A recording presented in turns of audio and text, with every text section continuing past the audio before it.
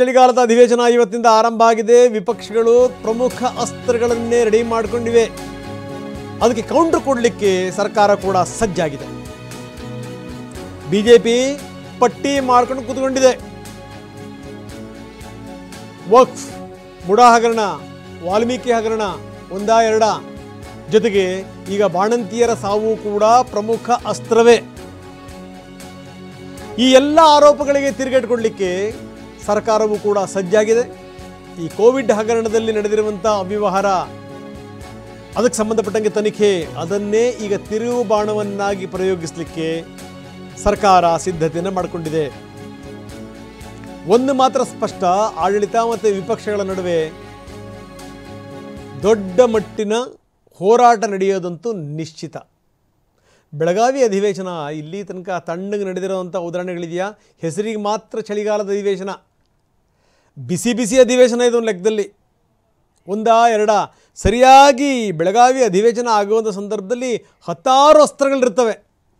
ಹತ್ತಾರು ಅಸ್ತ್ರಗಳು ಹಿಂದಿನಿಂದ ನಾವು ನೋಡಿದ್ದೀವಿ. ಮಹಿಳೆಯ ಮೇಲೆ ದೌರ್ಜನ್ಯ ಮಾಡಿದ್ದು ಅದೊಂದು ದೊಡ್ಡ ಘಟನೆ ಆಗಿತ್ತು.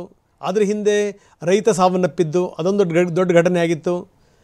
ಕೆಲವು ಸಂದರ್ಭಗಳಲ್ಲಿ ಈ ಕೋಮುಗಲಭೆ ಆಗಿದ್ದು ಅದರದ್ದೊಂದು ದೊಡ್ಡ ಗದ್ದಲ ಗಲಾಟೆ ಆಗಿತ್ತು. ಹೀಗೆ ಒಂದಾದ ಮೇಲೊಂದು ಬಿ ಜೆ ಪಿ ಅಸ್ತ್ರಗಳೇನು, ಕಾಂಗ್ರೆಸ್ ಪ್ರತ್ಯಾಸ್ತ್ರ ಬಿಡಲಿಕ್ಕೆ ಯಾವ ರೀತಿ ಸಜ್ಜಾಗಿದೆ ಅದರ ವಿವರಗಳನ್ನು ನಾವು ಗ್ರಾಫಿಕ್ಸ್ ಮುಖಾಂತರ ನಿಮಗೆ ತೋರಿಸ್ತಾ ಇದ್ದೀವಿ. ಮುಡಾ ಹಗರಣ, ವಾಲ್ಮೀಕಿ ನಿಗಮದ ಹಗರಣ, ಇದನ್ನು ಪ್ರಮುಖವಾಗಿ ಪ್ರಸ್ತಾಪಿಸಬೇಕು ಅಂತ ಬಿ ಜೆ ಪಿ ಸಿದ್ಧತೆ ಮಾಡಿಕೊಂಡಿದೆ. ಇದೆಲ್ಲದರ ಜೊತೆಗೆ ಈಗ ಬಾಣಂತಿಯರ ಸಾವು ಇದೆಯಲ್ಲ, ಅದು ಕೂಡ ಬಿ ಜೆ ಪಿಗೆ ಒಂದು ಪ್ರಮುಖ ಅಸ್ತ್ರ.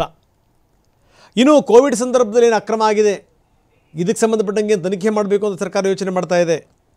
ಇದು ಕಾಂಗ್ರೆಸ್ಸಿನ ಪ್ರಮುಖವಾದಂಥ ಅಸ್ತ್ರ. ಜೊತೆಗೆ ಈಗ ಬಾಣಂತಿಯರಿಗೆ 1 ಕೋಟಿ ಪರಿಹಾರ ಕೊಡಿ ಅನ್ನುವಂಥದ್ದಾಗಿರ್ಬೋದು. ಜೊತೆಗೆ ಲೋಕಾಯುಕ್ತರಿಗಾಗಲೇ ಸುಮೋಟೋ ತನಿಖೆಯನ್ನು ಶುರು ಮಾಡಿದ್ದಾರೆ, ಪ್ರಕರಣವನ್ನು ದಾಖಲಿಸಿಕೊಳ್ಳಲಾಗಿದೆ. ಇದಕ್ಕೆ ಸಂಬಂಧಪಟ್ಟಂಗೆ ಯಾರ್ಯಾರಿಗೆ ಏನೇನು ನೀವು ಪರಿಹಾರ ಕೊಡ್ತಾ ಇದ್ದೀರಿ, ಏನು ಎತ್ತ ಅಂತ ಅದನ್ನೂ ಕೂಡ ರಾಜ್ಯ ಸರ್ಕಾರ ಕೇಂದ್ರದ ಕಡೆಗೆ ತಿರುಗಿಸ್ತಾ ಇದೆ. ನೋಡಿ, ನಾವು ಬೇಡ ಅಂದಂಥ ವಸ್ತುಗಳಿಗೆ ಎಸ್ ಅಂದಂಥವ್ರು ಯಾರು, ಅದನ್ನು ಹೆಂಗೆ ಓಕೆ ಮಾಡ್ತು, ಡ್ರಗ್ ಇದೆಲ್ಲವನ್ನೂ ಕೂಡ ಅದನ್ನು ಕಾಲು ತೆಗೆದುಕೊಳ್ಳುವಂಥವ್ರು ಯಾರು, ಓಕೆ ಮಾಡುವಂಥವ್ರು ಯಾರು, ಇದರಲ್ಲಿ ನಮ್ಮದೇನು ಪಾತ್ರ ಇಲ್ಲ ಅಂತ ಹೇಳುವಂಥ ಪ್ರಯತ್ನವನ್ನು ರಾಜ್ಯ ಸರ್ಕಾರ ಮಾಡ್ತಾ ಇದೆ. ಸೊ ಅಂತೂ ಇಂತೂ ಒಂದು ಲೆಕ್ಕದಲ್ಲಿ ವಿಧಾನಸಭಾ ಕಲಾಪ ಇದೆಯಲ್ಲ, ಕಲಾಪ ದೊಡ್ಡ ಮಟ್ಟದಲ್ಲಿ ಸದ್ದಾಗುತ್ತೆ, ಸುದ್ದಿಯಾಗುತ್ತೆ, ಅದರಲ್ಲಿ ಯಾವುದೇ ಡೌಟ್ ಇಲ್ಲ.